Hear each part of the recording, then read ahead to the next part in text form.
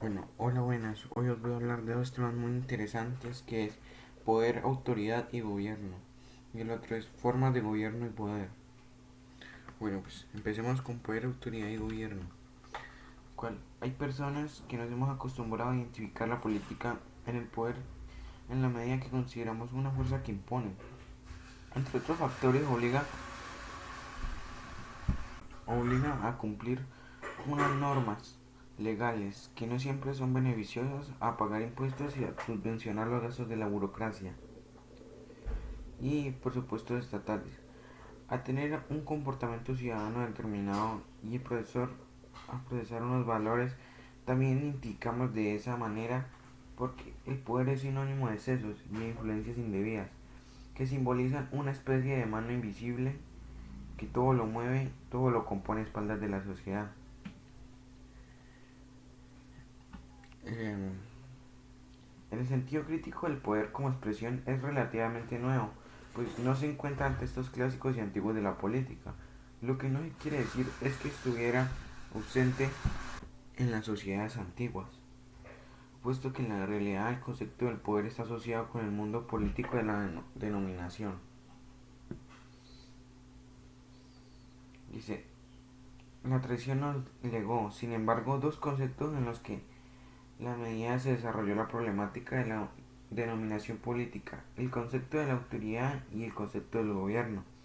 Vamos en el entronque histórico de estas nociones. De la autoridad de gobierno como arte de regir. Fue Aristóteles quien con mayor fuerza introdujo una distinción fundamental en el que conceptó la autoridad cuando habló del arte de regir o de gobernar. El gobierno fue entendido como la tradición antigua, clásica de una necesidad natural de un orden social. El gobierno fue por lo tanto definido como una base de noción de autoridad.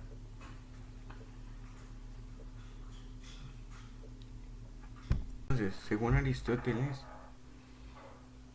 la autoridad es en consecuencia una relación de mando-obediencia que se ejerce en la virtud de una disposición dictada por la naturaleza de las relaciones entre las personas.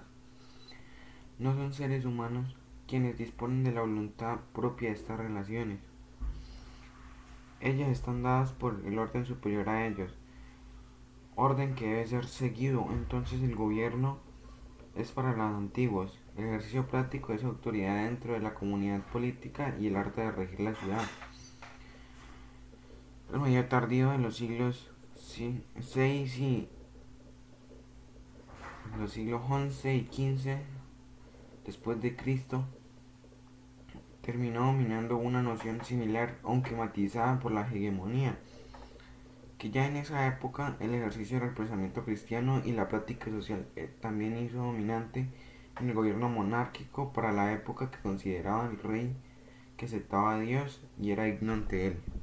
Modernamente, a partir del pensamiento de Maquiavelo, en el siglo XV se presenta un giro radical en la comprensión de lo que son el gobierno y la autoridad, giro que inspiraba la posterior autonomía de un concepto como el poder. El gobierno era tan mundano como el hombre mismo, y la realidad política es creada por el ser humano, no como un poder natural que dispone el orden del mando y la obediencia, ni por el poder divino que se revela en el alma del monarca, que se ve premiado por Dios. El ser humano es un ser creador de realidad, es el poder. Y Maquiavelo cambió la noción de lo político, convirtiendo en el concepto del gobierno un concepto técnico y de autoridad en una noción que, al perder su carácter natural y sagrado, debe entenderse solamente desde el poder. Bueno, definición técnica del gobierno. Una primera aproximación a su comprensión nos dice que el gobierno es el conjunto de personas que ejercen el poder político, que no se determina en la orientación política de una cierta sociedad.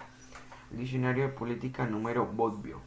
Sin embargo, en la medida del gobierno no se asocia ni con el Estado ni con la realidad más determinante de la política. Hoy en día se habla no solo de un conjunto de personas que ejercen poder político, sino como un conjunto de órganos en el que se confía el ejercicio del poder, los ministerios, las gobernaciones, etc.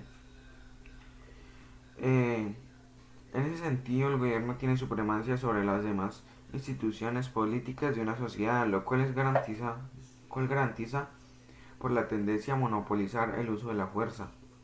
De esta manera, definiendo técnicamente, significa que el gobierno de la autoridad, que podemos comprender que la definición reduce a una autoridad que administra las instituciones cuyo poder está dado por el grupo de electores que imponen institucionalidad, procedimientos y las técnicas para su conservación.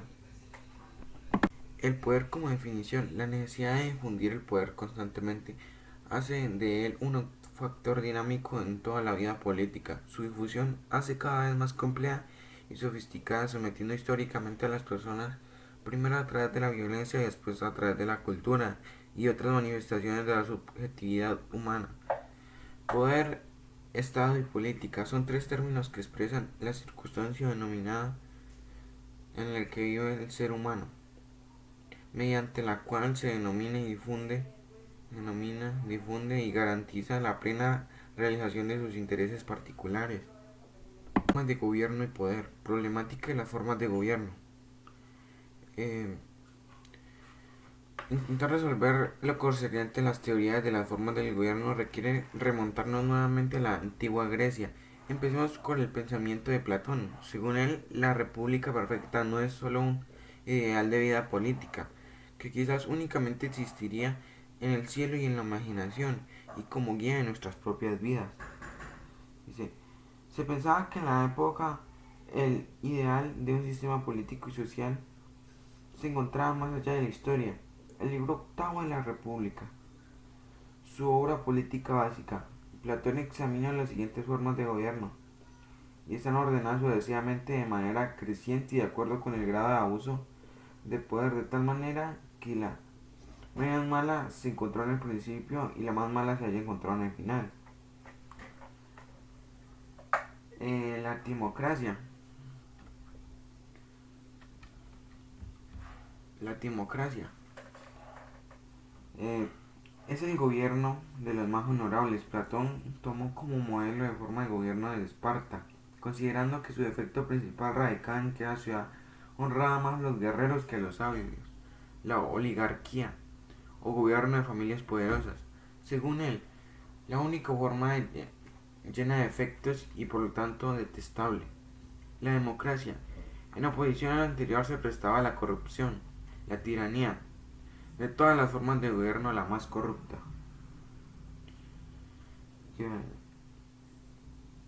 Y el motivo que inspira esta clasificación, al igual que en Platón, es la distinción entre rico y pobre, que es la base del gobierno democrático.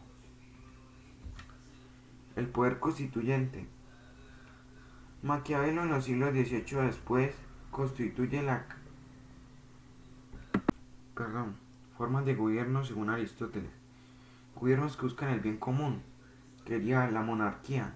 Buen gobierno de uno, monos, uno, y arque sería gobierno, mando, principio.